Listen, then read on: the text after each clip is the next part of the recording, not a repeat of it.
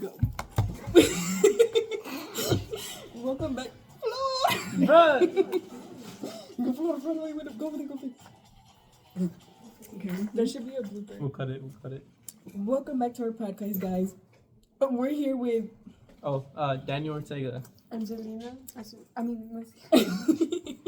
and Jalisa, and today we're gonna talk about the Vilisca Axe Murders. Okay, so the Vilisca Axe Murders. This was a case or a murder that happened in July 10th of 1912. And it involves the Monroe family. the victims in specific were Josiah Moore. He was 43. Sarah Moore, she was 39. Herman, he was 11. Catherine, she was 10. Boyd, he was 7. Paul, he was 5. And guest Lena Stillinger, 12. And Ina Stillinger, 8. Okay. You want to talk? Okay, so we're going to talk about the key points of the story and just our own little thoughts around, or the thoughts about the story, and maybe little theories that we have. So let's begin. So in the nights of June 10th, 1912, the Vilisca family, or the Moore family, were returning home from church after a long day. The children that were accompanying them were, of course, their 4 children, as well as 2 guests, Lena Stillinger and Ina Stillinger, which were family friends. And they returned home, getting ready for bed and all happy and calm after a good day, unknowingly not knowing that there was someone inside their house. Yeah. So apparently I don't know what to say. Wait, okay, so apparently they thought, after the murder happened or whatever, they thought that the murderer was already inside the house when the Moores were getting ready for bed and everything. The 2 theories that they have is that he was hiding in the closet, or that he was hiding in the attic just waiting for them silently. And they were also saying that he was in Josiah's barn, and which would make sense because he got his axe, and that's basically the murder weapon. And yeah, that's a theory they have, but they're not really sure because they still don't know who. They're not sure who did the case wasn't solved. They have a suspect, but they left him free because they were more on that on later. Later. So the actual. Do you want to talk about the actual what happened? Scene. Yeah, so all 8 of them were killed in their beds with an axe found in the house. It was likely within hours of going to bed, and they were found with severe skull fractures. But they were also, some of them, in some cases, they were also the killer had covered their faces. Yes, and then it's suspected that the parents were killed first.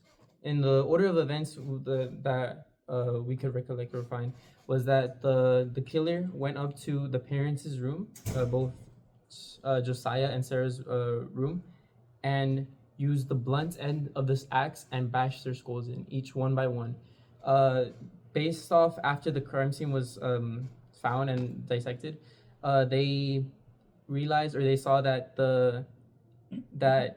Josiah, the father, had received much more blunts or much more blows compared to any other than the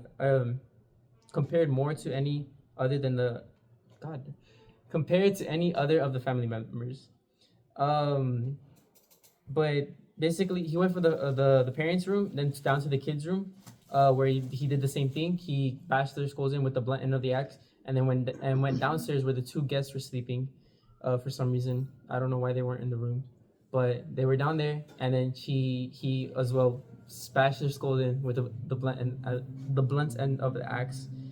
But sadly, one of the victims that was killed apparently was found in a, what do you want to say it? It was It was like a sexual position. She was found like at the very edge of the bed with her nightgown lifted up like above her waist. But after like they inspected her body or whatever, they saw that she didn't have any type of um sexual abuse type. She was sexually molested. Yeah, she or wasn't. it's a speculation. Yeah, she wasn't touched or anything. She was just like someone was looking at her in a way. And apparently one of the young girls that was downstairs, they woke up because whenever they examined her body, she was like, it showed that she was struggling, like signs of struggle, signs of defense. But sadly, she really didn't make it. She was probably one of the last people to be murdered. Like, I don't know. I mean, but it's weird. Like, do you think it's really like they all got killed and none of them woke up? Yeah, I actually believe that like the kids woke up, like, cause mind you, the house is really small, so the kids and the parents' room is in the same floor. The kids could have woken up and been like, "What is that noise?" Yeah, but according to investigations, no noise was heard by the neighbors or anything, which is weird. Cause like, I mean, I feel like there should be like at least screams or something. Cause the person next to you, the person you're sleeping next to, is being killed. So Yeah. I feel like that should wake someone up. Because apparently, who did you say got killed first? I think it was the Josiah. mom. I think it was the dad. I thought it was the mom. It might have been. It was one of the parents that got killed first. The parents were killed first. Because actually, in the actual house, the house is still up, like as a museum type. The side of the bed, like where the wall is, there's a huge like, ¿cómo se dice? Like hole? Yeah, like a huge hole. If like a axe went like that, and like Or like an axe went like that, and it got stuck. Mm-hmm. Yeah. So he knew what he was doing because ain't no way he wasn't gonna use the sharp end because he knew it was gonna get stuck. It would have been harder to kill all of. Sorry, it would have been harder to kill all of them. So. Yeah, that's a suspect. Like they assumed the killer. It wasn't their first time because it seemed like the killer like knew what he was doing or had done this before already. So there's also some speculation that this isn't just a one-time thing, and they could have been dealing with a serial killer. Or like he was planning it already. It was this one. They suggested that he was a serial killer and possibly the same person described in The Man from the Train by Bill James and Rachel McCarthy James. But they're not sure. I'm not sure. It's not 100% confirmed, but we aren't 100% sure. But anyway, after the killings, after the murderer had finished doing everything he's done, this is a bizarre thing actually. I find this really weird, but he actually went into the kitchen and started like he fixed himself a plate of food, and he started eating after he didn't finish the whole plate. Half a plate was found in the kitchen, half a plate of food, which is really weird. And another weird thing was that all the windows and mirrors were covered up by cloth and clothing, which is also just a like odd or interesting thing to find, especially the mirrors. Like, I guess he didn't want to see himself after what he did. Like maybe he felt ashamed. And also, I also heard that back then they used to have like different beliefs. So they believed if like someone died in the house and like all of the mirrors and windows were covered, that their souls will be trapped in a way. I don't know if it was trapped. I don't know if they were trapped in the house or they won't get trapped in the house. But apparently the house is haunted or whatever, and there's a lot of paranormal activity. So yeah, who knows what went down in that house, because in the morning the nosy neighbor of theirs decided to go check it out because she saw that Sarah, right? I think it was the mom, Sarah. She was always up at dawn, like she was feeding her chickens, and she didn't see that.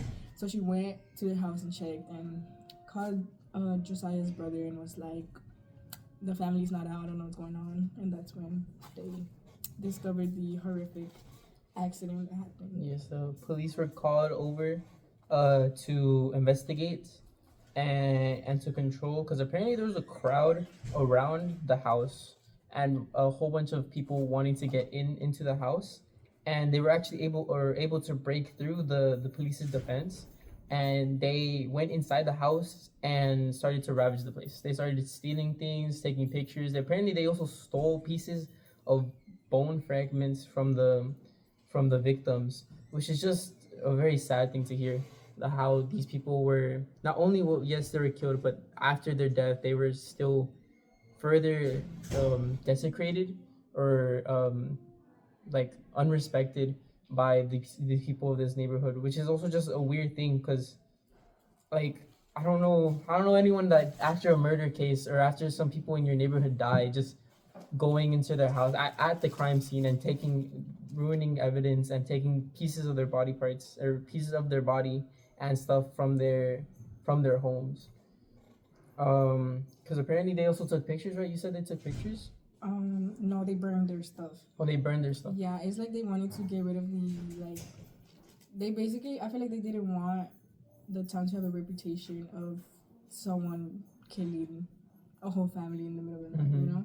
So they were trying to get as much evidence out. Like they were very rude. Like they disrespected everything. They didn't listen to police officers or nothing until this one dude. Until this one dude came and he was like, "No, everybody out. We're gonna try to save as much." I think it was the National Guard that came and got them out. They were finally able to get people out. This is here the primary peace officer that arrived was called Henry Hank Horton. So he was the primary peace officer that was there, and yeah, but I don't know. I feel like that's just a weird thing. Like a whole bunch of like, I guess it's for like to make it, what's it called? Not the reputation of their house, but still going into the whole house and berating it is just it's disrespectful. Yeah. What do you think about all of this, Angelina?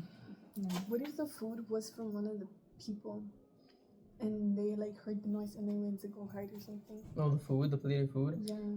Maybe I'm not sure because all the evidence that was found was that there was a plate of food and that everything was cloth. Also, there was apparently 2 candles that were found that were like half the wilt or the wick of it was like bent down, which is assumed to maybe have given them like the killer light to see actually the house, but I think that's kind of just speculative. And also they found the axe being half cleaned. Like it was they assumed that the killer started washing it, but then kind of like got frustrated and just stopped and left it like. Why would he just leave it there? Like, I don't know. He could have taken it with him, but he just left it there. And I'm surprised they didn't get like any like fingerprints or nothing. I mean, it was a different time. I don't know if they had. I mean, 1912. That's what. Like almost 110, 116 years or Like 14 years ago. Yeah. Which is like it's a long time ago. And like they're protecting the killer's name because we can't really find his name anywhere. Well, I couldn't find his name. But we have some suspects. We do have some suspects, but apparently there was this one suspect that he, like in the middle of the night, randomly, he was at a train station. He already had like his ticket booked and everything. And while people were like hearing him talk to himself, saying 8 souls trapped, 8 souls gone. So they were like, "Is like that's kind of weird," and they think it's weird because he already had a ticket out of the location. Yeah, out of the location. Like the night of it, you know. I don't know. It's just really. This whole thing is really weird. Like. I mean, the suspects that were found were the names were Andrew Sawyer, Reverend George Kelly, Frank F. Jones, William Mansfield, Henry Lee Moore, Samuel E. Moyer, Paul Muller. These were the suspects that were brought in and asked and were the main main point of investigation for the killing. But I don't know. I mean, the whole murder case, at least in sense of like motive, I feel like it was like what's it called? Anger, like a revenge kill. Because like we said earlier, the father was found with much more blunt hits or more axe hits than anyone else in the family. So I do think maybe he had something out for either the father or the whole family, or maybe the father had done the killer wrong, but I do think that's the motive. Like maybe something with the family. Because also the father was a businessman. Mm-hmm. Like everybody knew. Like it was a small town at that time. The population was pretty small, so everybody knew each other. Everybody knew what the routines were and everything. Mhm. So he was pretty, like back then. I would assume being a businessman was pretty wealthy. So they were in a pretty wealthy state. They had a farm, like everything. So it could probably been a dispute between the Josiah and one of like the suspects. Like he could have fired them or something, you know. So it's just all about revenge, we believe. We think it's about revenge. That makes sense. That makes sense. Yeah.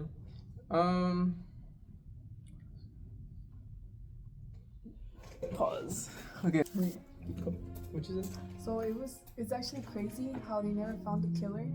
'Cause it was a whole family, and it was a small town. So, and if it was revenge, like it would be someone like that would be maybe from there, or maybe a traveler. But it was a small area and a whole family, and they still never found out.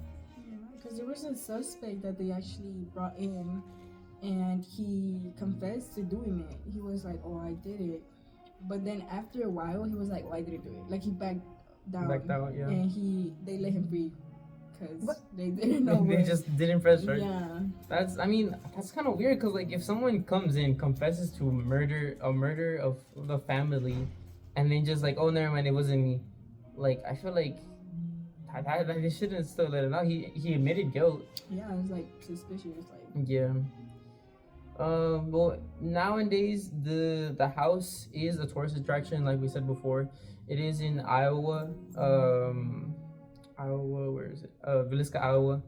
And it has become a very, like Jalissa said, that it is considered haunted by many people because of the family that was, of course, murdered inside.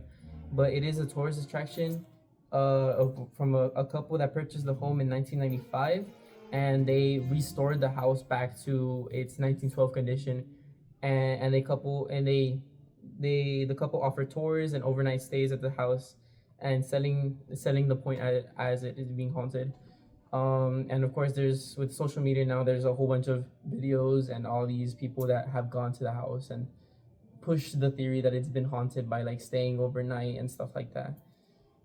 yeah. Like, well, I know like paranormal activity is not really considered as evidence, but right, it's considered evidence. We believe, well, I believe that in like all the paranormal videos that there has been going on, there has been parts of evidence that can be used to solve the like what happened. For example, there's this one YouTubers.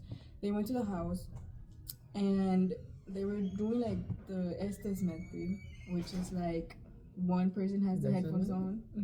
You know what it is? Oh, It's like it's like, okay, so they use the spirit box. One person has the headphones on, like connected to the spirit box, so they can hear nothing around them. The only thing they can hear is what the words that come from the spirit box. Okay. So the other people are asking questions, like asking, oh, like what happened here and stuff.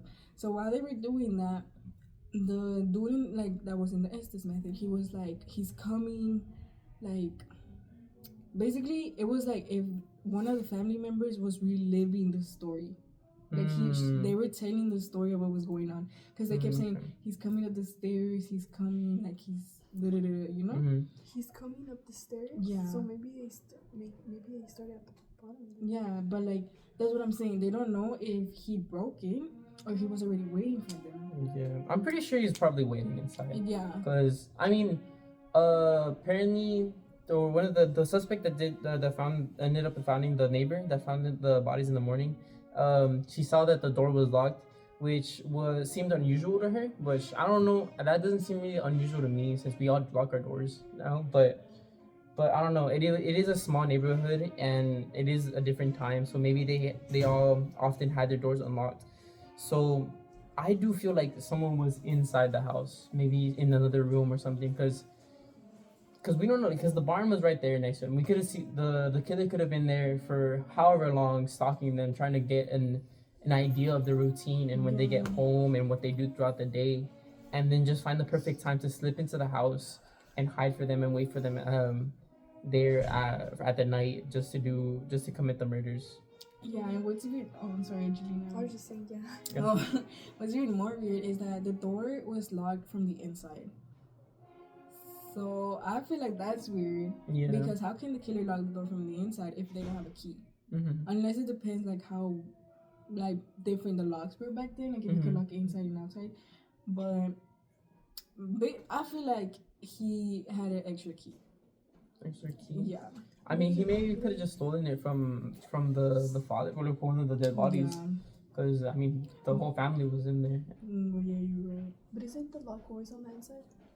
Yeah, that's what I'm saying. Like, where did he find the key? Unless it was like in plain view or like, you know? He maybe like, since the door was apparently never locked, when he was like leaving the house, he locked it to make it look like he wasn't even in there or something. And left it somewhere else. But like Danny said, they think he was like waiting for them at the attic because he didn't kill the little girls first. He killed the parents first. Yeah, he and went down. then- He went down on each Yeah. floor, because it's probably assumed like that he went to the bottom of the floor last, because not only the food found in the kitchen and as well as the defensive measures that the defensive scars and injuries that the young girl had. So she was probably the last one to wake up. So I think that's what this assumption that he went from the top of the floor to the bottom, going one by one. He probably I feel like that's more evidence into it being a revenge kill. If he went, even if he wasn't in the attic, since he could have just gone straight to the parents' room. Yeah. So I feel like that's evidence towards it being a revenge kill or something of that matter, because if he hadn't been upstairs and he just went through the front door, he would have gone just straight to the front upstairs to the parents' room and killed the father. Yeah. Because, okay, this is kind of like irrelevant to the story, but also one of the young girls that was their guest at the time, she didn't want to stay with them. She didn't want to have a sleepover with them. She was begging her parents not to. Like, she was like, I want to go home. I want to go home. But they were playing all day. Like, once she realized that, I guess once she realized that it was dark, she was like, I want to go home. I don't want to be here. Mm-hmm. But it was too dark. Like, of course, they're not going to send two young girls back to their house alone. So they had to stay. I feel like that's kind of like weird. Like, she already felt it. Yeah, she felt like that presence. Yeah. I don't know. I mean, like another thing with the young girls, like them sleeping downstairs Yeah. instead of sleeping with their friends, with the daughters, or if anything, because the daughters had their own room, or the sons and the boys, the son and the girls had their own room upstairs, which is just weird. Like, why wouldn't they have the guests sleep with them, or if anything, have the two young girls sleep with the guests downstairs? Which that's just another thing that's like kind of odd or kind of weird to me. Yeah, especially since the room that the little girls were in is like, you come in the front door and it's right there. Like, you see it, you know there's a room right there. But I guess they weren't thinking that they were gonna get killed that day. So I don't know. And also, why didn't nobody wake up? Yeah, that's Like, like like, nobody what? wake up. It's that I don't know. This whole thing is kind of just funky because no one woke up, no one saw or heard anything at night, which is it's weird because people were dying. Like, someone's dying next to you in your sleep. Yeah. You'd assume someone would wake up, or you assume that there's be more chaos or commotion. And even with the young girl that did wake up or probably woke up, isn't it weird? Like, I feel like it's also weird that she didn't scream or anything or didn't do anything like of the sorts. But I don't know. It's just kind of weird. The murderer himself is weird. Like, him going down and then having still having that like calmness or that rationality that he's still civilized enough to be inside the house where he killed people and have a meal. Yeah. Like, that's just weird, and I don't know. It's just something odd for me. So the kids' rooms were downstairs and they were upstairs. Yeah. The guests were sleeping downstairs and the kids everyone else was upstairs. Oh, so only the two guests were. Yeah, two guests were downstairs. But why that makes no sense. Yeah, like, they just left the guests downstairs by themselves without anything like anyone else. I'd assume like at least the kids would sleep with them or something. Like the two daughters. It was two little girls. Like, Yeah. if it was like already grown people, like, okay, it would make more sense. But it's two little girls just downstairs, and I was gonna say something. I forgot. Oh, I don't understand like the noise thing. Mm-hmm. Well, maybe they woke up, but they couldn't do anything because the guy was bigger and they were And little. also, you think like shock, maybe like they're just too scared to do anything. Yeah, maybe they pretended to be asleep. Maybe, but Cause how can you not hear the crack? You can hear the cracks in my house. Isn't even like old, Yeah. and you can hear it when I walk up and down the stairs. Especially since like houses back then were made out of wood. Yeah, Mhm. like it makes no sense. How couldn't they? Like, there's no way they didn't hear the footsteps. Yeah. Oh wait, they did. Is that it on the? What YouTubers were they? The boys. Okay. They're called the boys, but it's because like we said before, like they don't know what happened. Like they Yeah. don't know if he came in, or they don't know if like como se dice, or he was in the attic. Inside the Because attic, when yeah. they were investigating, they kept hearing footsteps up the stairs, like if someone was coming. Mm-hmm. And then whenever they were like with the Estes method, they kept saying he's coming, he's Mhm. coming. I'm like, That's scary. that's kind of weird. Like it's basically they're telling their story. But I mean, I feel like if anything, we know that the killer was there for a long time because in the investigation, they did find an imprint on the hay in the barn next to the knot hole. So it is. I feel like he was there for a long time, at least Yeah. observing them or trying to figure out what was happening. And they also found 2 spent cigarettes in the attic. So oh yeah. So I think it's also more assumption that the killer was inside the house already before anything else. Do y'all think he was like going up and down the stairs before he left, like checking? Maybe like to like prepare. Yeah. I mean, he might. I don't know. He does seem like he's very like prepared or like he knows what he's doing, but at the same time, I don't know. He kind of just seems like I don't know. It's just weird. I feel like there's a high chance that maybe there was a mental issue or something similar to that in that fashion. I remember some people started speculating that he could had a what was it called, DD or the double or just what was it called? What's the word to term for it? Dementia? No, like the double personality disorder or something like that. Bipolar. Bipolar. Which I feel like that could be something because before after he finished killing all the family, he made himself food, thinking he's like all civilized and stuff, like actual normal person. I feel like that can be like a sign of something like a BP or something like that, or bipolar disorder. Yeah. Like this dude was not sane. He was not okay because going back to the little girl, they found like a piece of meat. Oh, a piece of bacon. Yeah, like a piece Yeah, of they found a piece of bacon wrapped or wrapped in a tablecloth, I think. Yeah, wrapped in something. But like, you know, I don't know. Like it was weird. Of course, like the little girl didn't deserve that. Like she was really young. Like she was a baby. This dude was just taking advantage of everybody. I feel like he did it to her because it was one of them. He did it to her because she woke up. Maybe.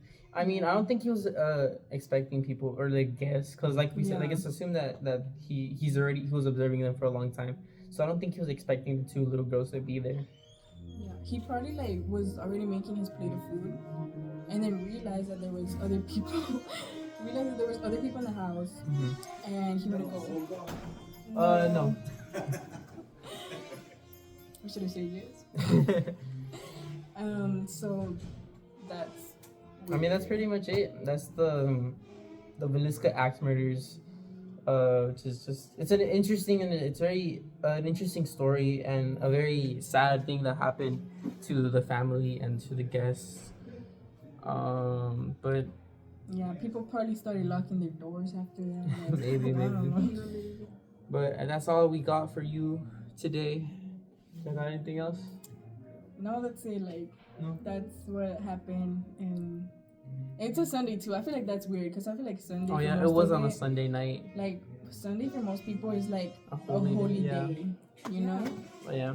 So It's just crazy that they actually killed a whole family and just never got caught. Yeah. Well, thank you for listening. Thank you guys for watching. Appreciate it. Hopefully, Miss Rodriguez, you give us 100. Hopefully y'all can hear over all these. Hopefully, but yeah, hopefully we get 100. Miss Rodriguez. Thank you for letting us tell this story with much respect. Thank you for listening to us yap for a bit. Yeah, go visit it and y'all. Go to Iowa. Go to visit the haunted house. Yeah, we should go together. School trip. School trip, Miss Rodriguez. Yep. Iowa. Okay. Bye, guys. Bye.